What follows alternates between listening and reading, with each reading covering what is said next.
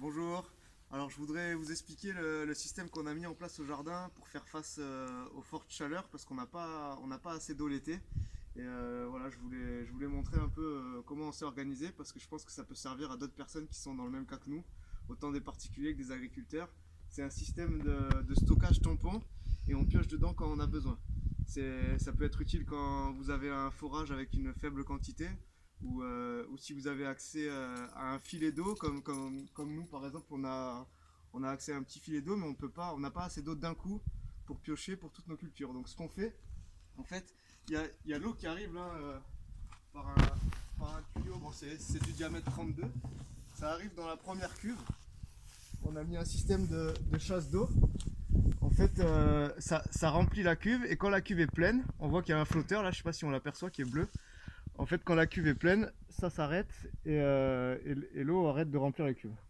Et toutes les cuves sont en fait mises en relais. On voit qu'elles sont toutes connectées avec un peigne. Et en fait, au fur et à mesure que la cuve 1 se remplit, comme elles sont toutes connectées par le bas, ça remplit toutes les cuves en même temps. Et après, donc là, les cuves, nous pour le coup, on en a 12, mais on peut très bien en mettre moins ou plus. Mais il faut vraiment qu'elles soient connectées. Alors ce qui est important, c'est qu'il y a un gros diamètre. Au début, on avait fait l'erreur de mettre un petit diamètre pour mettre en relais les cuves. Il faut vraiment qu'il y ait un gros diamètre. Donc là, c'est du 63. Et au centre de ce peigne, il y a l'eau de toutes ces cuves qui arrive par là. Et ensuite, autre chose importante, donc là, c'est toujours en continu d'eau. En fait, là-dedans, on a une pompe qui est déclenchée quand on a besoin, qui vient pomper d'un coup toute l'eau de nos cuves.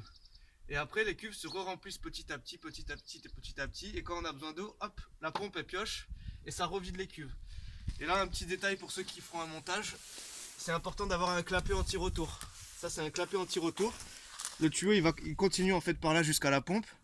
Et ce qu'il faut quand la pompe elle redémarre, en fait, ce clapet anti-retour, il évite à l'eau de retourner dans les cuves. Il est super important. Voilà, ça c'est pour la partie stockage tampon. Donc je le répète, les cuves se remplissent petit à petit, soit avec un forage ou un filet d'eau auquel on a accès. Et quand on a besoin, pam, on pioche dans toutes les cuves. Ça se remplit petit à petit, hop, et on repioche. Et après, en fait, les moments où on pioche, du coup, parce qu'à chaque fois il faut attendre que les cuves se remplissent, les moments où on pioche, c'est contrôlé par des électrovannes. Alors je vais vous montrer.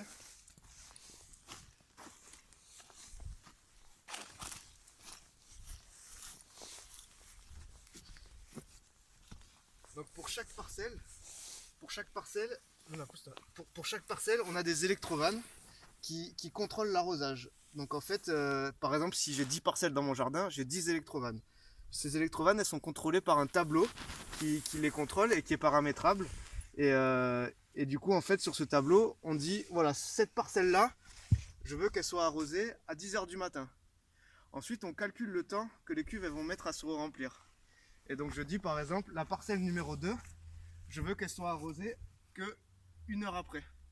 Et il y a vraiment un espace de temps entre la parcelle 1 qui est irriguée et la parcelle 2 qui laisse le temps aux cuves de se remplir. Voilà.